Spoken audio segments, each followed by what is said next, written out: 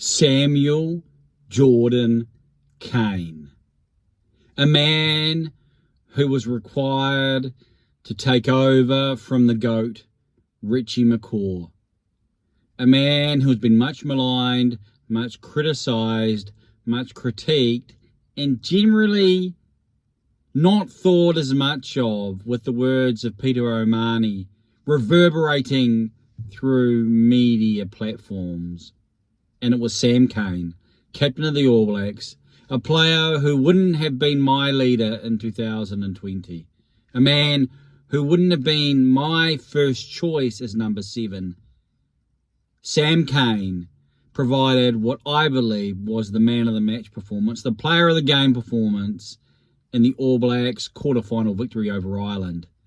Sam Cane was a man on a mission, not only with his own version of the concrete shoulder, but also what had seemingly been lost in his play, the ability to get over the tackle player and jackal the ball. Sam Cane stood up when and where it mattered. He was counted. He led by example. The reason we have celebrated Richie McCaw, the reason why his very image creates such a positive response, is because test after test, moment after moment, he proved on the field of play that he was going to put his body where even angels would fear to tread on a rugby field. He was one who could be trusted. We don't celebrate him because somehow it's worth our while. We celebrate him because he's earned it where it counted the most. And Sam Cane has been solid. Not easy. It's been a difficult time in New Zealand rugby. Difficult time around the world. But in the match against the number 1 side in the world, a match that he knew would define his legacy. I mean, think about it. If they had gone out, if the All Blacks had gone out in the quarterfinal, then everything that had been to that point would reverberate and would just elevate or be elevated by the performance and result in the quarterfinal. That would have been the cherry on the cake. Surely that would have been the end of his international career for the All Blacks, as a new regime wants to leave the past and build on to the future. And so, in that theatre of rugby war was Samuel Jordan Cain, who maybe even surprised himself. I'm not sure. No doubt he's been a man of character. No doubt he is a good guy. But we've wondered,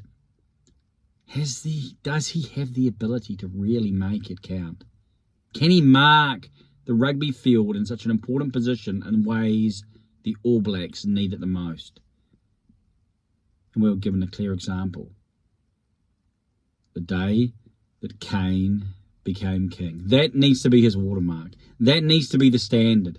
That needs to be the first step that will be followed in the coming days against Argentina.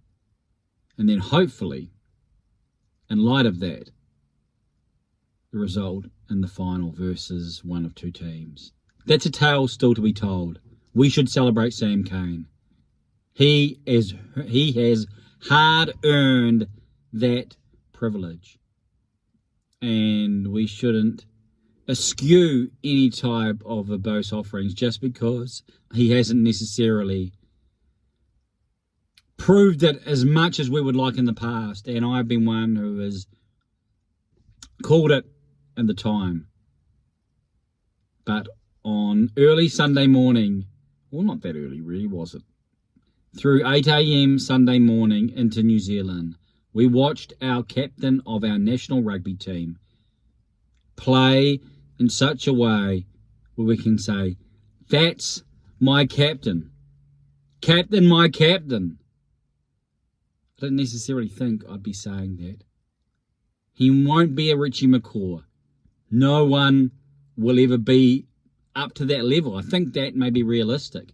Such was his ability to not only be able to put his body in those positions on the field, but the acumen to know when and where.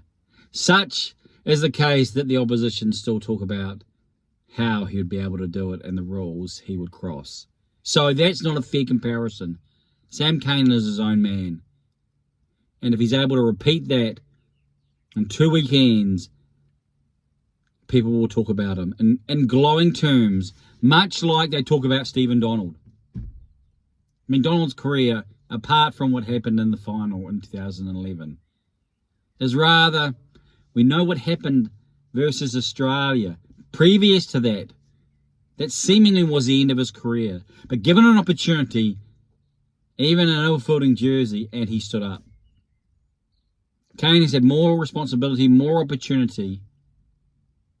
But the narrative that will be told through this period that is going to end in a not too distant future for Ian Foster will be defined by what happens versus Argentina, and then hopefully into the final. And if that happens, then it can be a glorious tale for Sam Cane and for Ian Foster. It may continue for Cane. He's only a reasonably young man still. Well, he's got another Rugby World Cup in him, years-wise, if he wants it, and if Razor and co want him. However, that, again, is beyond the speculation of this video. The point here is that Sam Cane is deserving of acclaim, and I am giving him the street credit he deserves as someone who wouldn't have had him as captain, who wouldn't have had him as 7, but as someone who says Sam Cane, when and where it really mattered, justified his selection and has laid down a marker of rugby honour, and one that he must continue to build upon, no matter what it looks like in the rest of Rugby World Cup 2023. Now, whatever platform you're watching this on, maybe it's on my YouTube channel, maybe it's on another channel, and I'm not exactly sure how many or where it will fly, but wherever you're watching this from, what say you? Were you a Sam Cane man? Were you just waiting for him to find the opportunity and to prove doubters like me? Or were you skeptical? Were you going, it's been too long? I mean, it's not personal. However, too many examples, too many repeats, too many, not again. And yet, you acknowledge that what happened on early Sunday morning, I want to say early, but it's not really early, but you know what I mean. So what say you about Sam Cane? Man of the match, player of the game. How are we going to frame? Ardie Savea was given it, but I think Sam Cane, in light of what was required. In fact, Cane and Ardie, they worked in wonderful harmony and in sync. And if that continues, things are looking positive. And the dawn has broken. Has it? We'll see for the All Blacks. What say you? I am Johnny King.